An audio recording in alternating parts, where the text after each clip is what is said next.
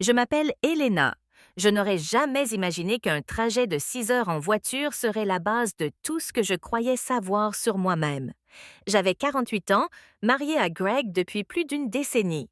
De l'extérieur, nous ressemblions à un couple stable, une maison confortable, partagée, des routines, des vacances occasionnelles, mais à l'intérieur, nous nous éloignions discrètement. En silence, comme personne ne le dit, Greg était un homme bien, autrefois présent, intentionné, mais cela a changé. Vers 7 ans, les affaires sont devenues sa priorité. Puis les voyages d'affaires sont devenus des excuses. Je suis devenue invisible non pas parce que j'avais fait quelque chose de mal, mais parce qu'avec le temps, il a cessé de me voir. Notre connexion s'est estompée. Nous n'avions pas eu de vraie conversation depuis des mois. Il me demandait si j'avais besoin de quelque chose, comme si j'étais une invitée. Cette intimité, partie intégrante de notre mariage, avait disparu depuis longtemps. Je voulais en parler, mais ses réponses étaient toujours les mêmes. Je vais parler. Plus tard, tu réfléchis trop. Finalement, j'ai arrêté d'essayer. Puis il y avait Ryan, mon beau-fils de 26 ans, poli et intentionné. Toujours respectueux, il est revenu vivre avec nous l'année dernière après une rupture difficile. Je ne l'ai jamais vu autrement que comme le fils de Greg. Au début, mais il est devenu la seule personne à qui je pouvais vraiment parler. Il me demandait comment s'était passée ma journée. Il s'asseyait avec moi pendant que je cuisinais. Il m'aidait même au jardin le week-end. On partageait des histoires de musique, des blagues. On n'était pas dragueurs. Pour à l'époque, c'était rassurant. Ça m'a fait ressentir quelque chose que je n'avais pas ressenti depuis des années. Alors, quand Greg a encore une fois annulé un événement familial, un voyage qu'il avait promis de faire avec moi, je n'étais pas choquée, juste déçue. Il a marronné quelque chose à propos d'une affaire conclue, des clients qui volaient. J'ai juste hoché la tête. En semblant de comprendre, Ryan a proposé de me conduire à l'événement à la place. C'est non, pas grave, dit-il. J'ai mis mes clés. C'était faux, mais seulement parce que je savais que ce serait le cas. Ce matin-là, alors que j'attendais dehors à l'air libre à regarder le brouillard se lever, j'étais étrange dans mon nervosité. Je portais une robe bleue. Un Greg n'avait jamais remarqué, mais Ryan, il était beau, dit-il en ouvrant la portière. Ces 3 mots suffisaient. Quelque chose a changé. La voiture sentait. Son eau de Cologne était fraîche et réconfortante. Nous avons roulé, nous avons ri d'une chanson à la radio. Nous avons parlé de nos vacances d'enfance. Nous avons partagé nos endroits préférés où nous n'étions jamais allés. C'était si facile de lui parler. Pas de jugement, pas de silence glacial. Je me suis surprise à le regarder plus longtemps que j'aurais dû. La frontière entre le confort et autre chose a commencé à se brouiller. Je ne le savais pas. Alors, j'entrais dans un qui allait tout non pas par l'action, mais par l'émotion. Les trahisons les plus dangereuses ne sont pas toujours bruyants. Parfois, ils commencent en silence avec un regard partagé et un cœur qui ose. « Voulez-vous sécher la vaisselle? » J'aurais aimé. Je lui avais demandé, je lui avais tendu une assiette. Il a accepté et a commencé à me servir pendant que nous faisions la vaisselle. La conversation était informelle, rien de spécial. Nous avons parlé de choses du quotidien comme son adaptation à la vie en ville et l'avancement de sa préparation aux examens. Mais j'ai remarqué que de temps en temps, il jetait un coup d'œil aux courbes de mon haut qui ne couvraient pas mes seins et je me demandais si je l'attirais d'une manière ou d'une autre. C'est quand j'ai délibérément le sol. Je n'avais aucune idée de ce que je faisais. Je me suis penché le vent en me regardant. Je n'avais pas besoin de le regarder pour savoir qui il était. Et fixant ce que j'étais, je me suis levée avec la cuillère à la main et j'ai continué à faire la vaisselle comme si de rien n'était. Mais j'ai remarqué que Christian était différente. Il était plus calme, un peu plus nerveux peut-être. Il détestait le cacher, mais je voyais bien qu'il était avec ses mains, comme si quelque chose le tracassait dans sa poche. Il m'a regardé, un peu surpris par la question, et a rapidement dit « Rien, ma tante, je réfléchis juste à la formation. » Ismaël lui a répondu qu'il n'avait pas besoin de s'inquiéter autant, qu'il allait bien et que tout irait bien. Nous avons fini de faire la vaisselle en silence et j'ai remarqué que l'atmosphère entre nous avait changé. Christian était visiblement mal à l'aise et je savais que c'était à cause de moi. C'était exactement ce que je voulais ce soir-là. En m'allongeant pour dormir, j'ai pensé à ce qui lui était arrivé. Ce n'était pas une simple taquinerie, c'était une nouvelle situation.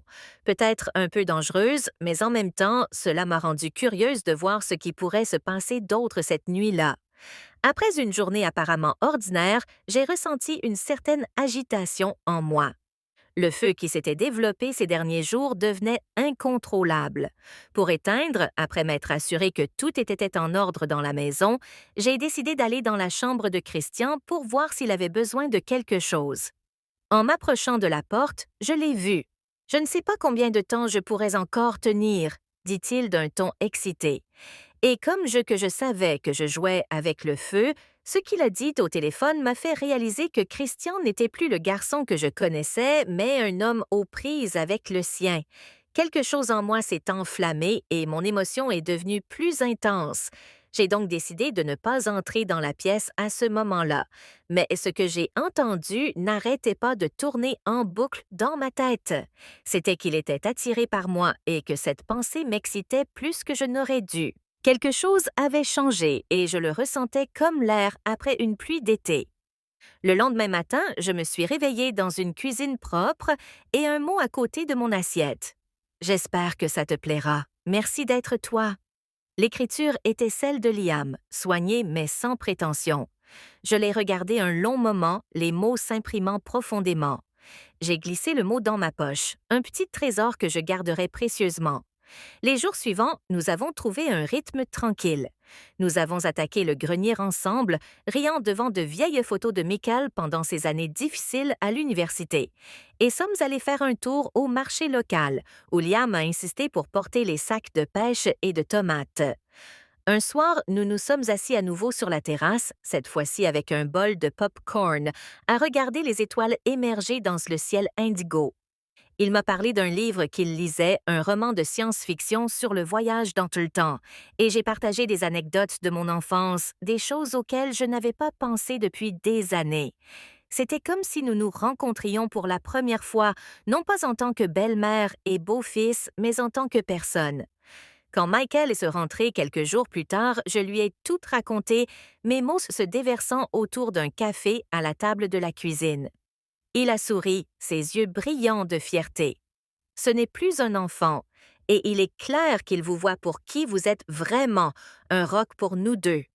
À partir de ce moment-là, les choses entre Liam et moi sont devenues plus faciles, comme si un nœud s'était dénoué. Nous avons partagé davantage de visites de librairies où nous passions des heures à feuilleter, de longues promenades dans le parc du quartier, même de vraies conversations sur son avenir, ses peurs, ses espoirs. Lorsqu'il est entré dans une université à l'autre bout du pays, je l'ai aidé à faire ses valises, pliant ses vêtements et glissant une photo de nous trois dans sa valise. Le jour de son départ, il m'a serré plus fort que jamais, les bras forts et sûrs, et a murmuré « Tu as été plus qu'une belle-mère. Tu as été un membre de ma famille. » J'ai souri, retenant que les larmes qui me piquaient les yeux. « Tu l'as toujours été, Liam. » ai-je murmuré d'une voix rauque. Maintenant, il est à des kilomètres de là, à s'occuper de sa vie universitaire, mais il m'envoie de temps en temps un SMS ou une photo d'un nouveau livre qu'il lit. La semaine dernière, il m'a envoyé. Ce message m'a fait penser à toi, avec la photo d'un roman sur la famille et les secondes chances. Et j'ai souri, le cœur rempli, car maintenant nous sommes liés. Non pas par notre nom ou notre titre, mais par notre choix, par le temps et par la compréhension mutuelle qui s'est instaurée entre nous. Tout a commencé par un petit cadeau inattendu, un geste qui a ouvert une porte dont j'ignorais l'existence. L'amour ne se manifeste pas toujours de façon magnifique. Parfois, il se résume à un coffret de crème pour les mains, une tasse de café par un matin calme, ou un petit mot à côté du petit déjeuner qui dit « Je te vois, tu comptes, tu es aimé ». Que c'est que quand il s'est qui tourne. Avec un sourire narquois, il se délecta de ça, ce matin, tu n'as... Ah, l'histoire du plan à gratin qui n'a pas été rendu, un rappel de notre promesse non tenue du mois dernier. J'ai laissé échapper un petit rire nerveux, les mains crispées, tandis qu'une pensée fugace me traversait l'esprit. Parlait-il de nous?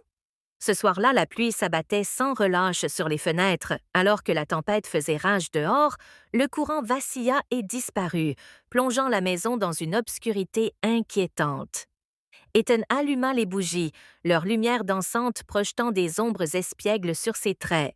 Il s'installa à côté de moi sur le canapé, à portée de main, et je sentis la chaleur qui émanait de lui. « Avez-vous froid? » demanda-t-il. Sans mentir. Il étendit délicatement une couverture sur nous, nous enveloppant de chaleur et de confort. Nous étions assis l'un contre l'autre, nos jambes délicatement sous la surface. Aucun de nous ne recula. Le vent persistait au-delà du seuil. Une branche d'arbre s'accrochait au toit, rappelant des ongles qui traînent sur une surface. Sa main chercha la mienne. Ce n'était ni une simple coïncidence ni une caresse fugace.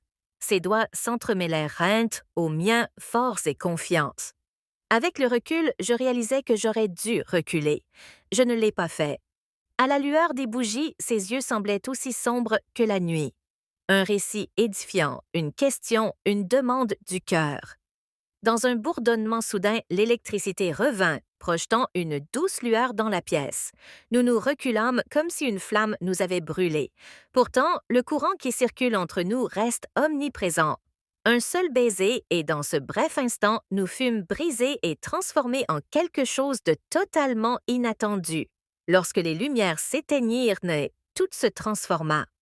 Pendant les 3 jours qui suivirent en cette nuit sur le canapé, Ethan et moi naviguâmes dans notre espace comme 2 âmes inconnues, respectueuses, prudentes, avides de nourriture. Les siennes s'attardèrent sur mes lèvres pendant que je parlais, une fascination silencieuse se déployant dans l'air entre nous. Ses mains hésitaient, douces, tandis qu'il m'aidait à me relever. D'un mouvement rapide, je découvris le parfum de mes cheveux qui restait là où ils avaient effleuré son épaule. Nous étions une étincelle prête à s'enflammer. Et puis vint le coup de tonnerre. Un mardi, tout commença. Ethan franchit la porte, l'odeur de sueur et la chaleur de l'été lui collant à la peau comme une cape usée. Il jeta ses bottes, son t-shirt blanc collé au sien, trempé par la sueur de ses efforts. « Tout va bien? » demanda-t-il, se laissant glisser vers ma silhouette rigide. Affalé sur le canapé, à peine un peu endolori, je fis un sourire. C'était une journée qui semblait s'étirer interminablement en silence. Il s'approcha avec une grâce douce, soulevant mes jambes et les posant confortablement sur ses genoux. Mon souffle s'accéléra lorsque ses doigts pressèrent mon mollet. Vos efforts sont louables, mais il est peut-être temps de prendre du recul et de respirer un peu, murmura-t-il doucement pour lui-même. Proclame le garçon qui a reconstruit à lui seul la rampe de notre poche lorsque l'assurance nous a tourné le dos. Il y avait un homme qui me soulevait et me portait jusqu'à ma chambre chaque soir, car ma chambre était perchée au 2e étage. Alors que son pouce appuyait sur le nœud près de mon genou, j'étouffais un gémissement qui menaçait. Se regrettait Christian. « Et toi, tu as l'excuse d'aller chercher un verre d'eau.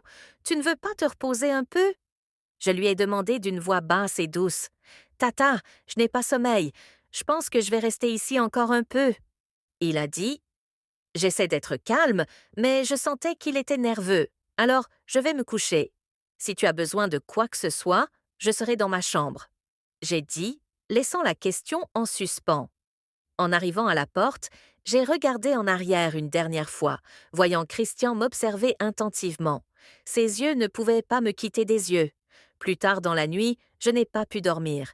Ce qui s'était passé pendant la journée était encore frais dans ma mémoire. Je suis sortie du lit et marchais silencieusement dans le couloir jusqu'à ma chambre de mon neveu. Je me suis arrêtée devant le porte fermé en écoutant le son de lui.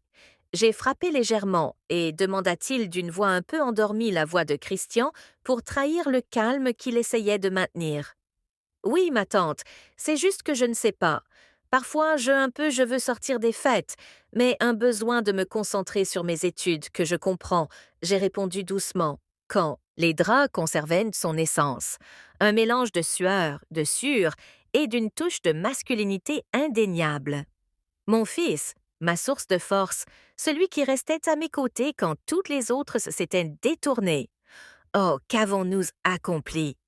Au cœur de la cuisine, il me découvrit perdu dans mes pensées, les yeux fixés sur la cafetière, comme si elle contenait les réponses à mes questions inexprimées. Salutations, murmura-t-il, la voix chargée de sommeil. Ma main se détournait de lui. C'était insupportable de voir la douceur reflétée dans la sienne, cette douce chaleur qui n'aurait jamais dû exister. Maman posa une main douce sur mon épaule, réconfortante. Connu et reconnu. Incorrect. Je reculai de surprise. La douleur qui brilla dans ses yeux me transperça le cœur plus que la lame la plus tranchante. Nous dansions l'un autour de l'autre, comme des corps célestes traçant leur chemin dans l'immensité de l'espace. Il faisait tout son possible pour attirer mon attention. Ses doigts effleuraient légèrement les miens chaque fois qu'il me tendait quelque chose. Je me surprenais à m'éloigner, construisant des barrières à chaque douce expression de gratitude. Et puis-je demander que le sel me soit transmis? Au dîner, l'air était lourd de tension, palpable et suffocante. Enfin, il parla. Tu me punis. Il repoussa doucement son assiette. De quoi est-ce que je nous protège désormais? Ma voix vacilla. Oh, les regards que nous recevrions s'ils connaissaient notre histoire. De la honte qui nous consumerait si nous laissions cela perdurer, sa mâchoire se serra sous une tension inexprimée. Je suis fière, et tu le seras. Cette nuit-là, je l'entendais s'agiter dans sa chambre. Le plancher gémissait doucement sous ses pas. À chaque pas, le son résonnait doucement à travers les murs fragiles, puis un silence s'abattit sur la scène. La porte s'ouvrit en grinçant avec un léger clic. Le clair de lune inondait le lit, projetant une lueur argentée tandis qu'il s'attardait dans l'ombre. Sans sa chemise, son corps se soulevait et retombait à un rythme rapide. Je ne peux pas m'évanouir. Il parlait d'une voix rauque, pas à tes côtés. Ma détermination s'est estompée, car je n'y parvenais pas non plus. Le silence a enveloppé l'espace tandis qu'il traversait la pièce. Ce n'était pas nécessaire. Chaque caresse, chaque mouvement fugace, chaque souffle saccadé murmurait des vérités que les mots ne pourraient jamais exprimer. C'est ici que notre destin a été scellé, et nous nous sommes lancés sans hésitation. Un an s'est écoulé, et pourtant les voisins continuent de partager des anecdotes sur notre lien remarquable. À l'épicerie, Madame Jenkins souligne le dévouement de son fils. Il fait preuve d'une grande dévotion envers sa mère, prenant soin d'elle avec amour. Je lui adresse un sourire courtois.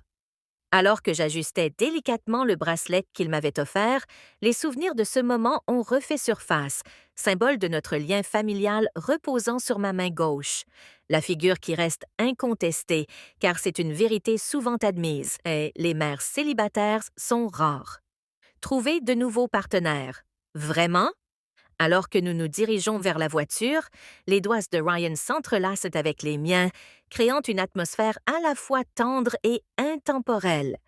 Personne n'y prête attention. Ah, le mystère plane, enveloppé de murmures et de secrets. Une question posée, mais la réponse danse hors de portée, nous laissant scruter l'inconnu. Et c'est précisément ainsi que nous préférons.